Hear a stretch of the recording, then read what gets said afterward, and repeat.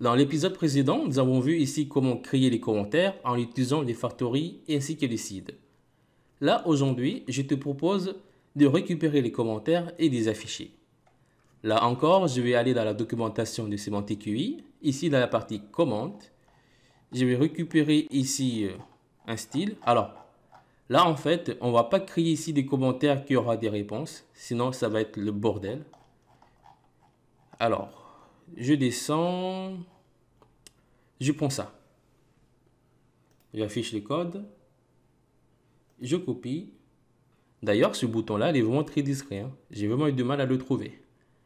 Alors, je retourne dans l'application. Et là, je vais dans le fichier PostShow. Alors, je descends tout en bas. Et ici, je vais ouvrir une balise div. Je colle ça à l'intérieur. J'actualise. Là, très bien. Je vais juste mettre un petit espace. Là, je mets une classe. Je mets MT de 5%. Très bien. Maintenant, ici, on va récupérer les commentaires. Alors, je vais réduire ça. Ça également. Et je vais enlever ça.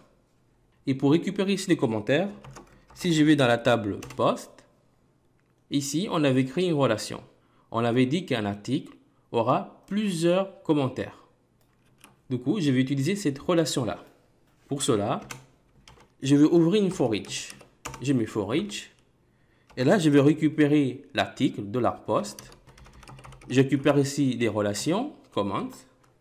Je veux que ça soit en mode décroissant avec la méthode lastTest. Et je mets get ici pour le récupérer. Et je mets as comment.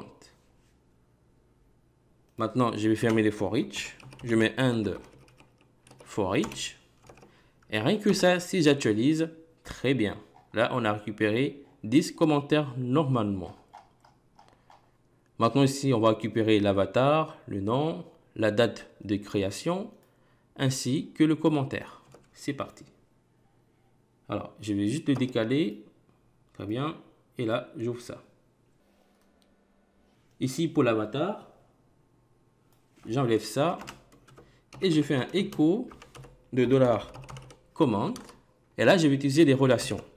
Ici, si je vais dans le modèle comment, on avait dit qu'un commentaire appartient forcément à un utilisateur. Du coup, ici, je vais utiliser la relation user. Là, je mets user, avatar. J'actualise. Et voilà. Du coup, on fait pareil aussi pour les noms. Je copie ici ce écho. Et je mets là. Et là, je vais juste faire un saut de ligne. Parce que j'aime bien faire comme ça. Et là, je mets name. Je réactualise. Très bien. Maintenant, pour récupérer ici la date.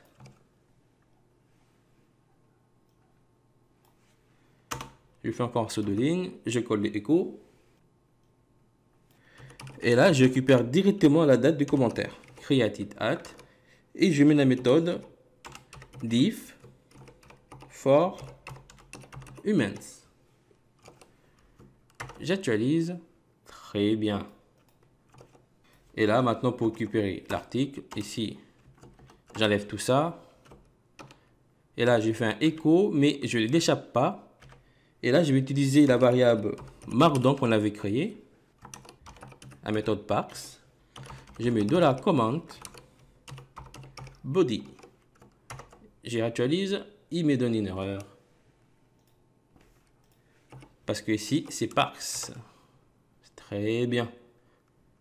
Et voilà. Là, on a récupéré les commentaires. Mais ce champ-là, je n'ai pas envie qu'ils soient en bas. Je veux qu'ils soient en haut. Du coup, je vais enlever ici le formulaire. Je le mets en haut. Et ça, j'enlève ici la classe replay. Et ici, je veux que ça soit 3 lignes. Tiens. Très bien. Là, il n'y a que 3 lignes. Et j'aime pas trop ce bouton-là. Là, je mets commenter. Et ici, comme bouton, je mets la couleur orange. OK. Et là, je mets pencil. Super. Et je vais enlever ici ces classes-là. Et ce bouton-là, je vais l'afficher à droite. Du coup, je ne sais pas si je peux le mettre ici. Non, je ne peux pas le mettre ici. Je vais le mettre dans une autre balise div. Je mets la balise div à l'intérieur. Et ici, je mets la classe DTReflex justify content end. Voilà. Alors ici, le premier pseudo qu'on voit ici, c'est Alda. Si je vais dans un autre article, je clique sur ça. Là, c'est Monica. Je vais dans un autre article encore. Et là, c'est Christina. Il y a aussi Alda aussi qui a commenté là. Et voilà. Là, on a récupéré ici des commentaires. Et on verra aussi une autre manière de récupérer des commentaires avec Vue.js aussi. Et puis après, on verra également comment éditer un commentaire et comment aussi les supprimer. Et tout ça en utilisant aussi Vue.js.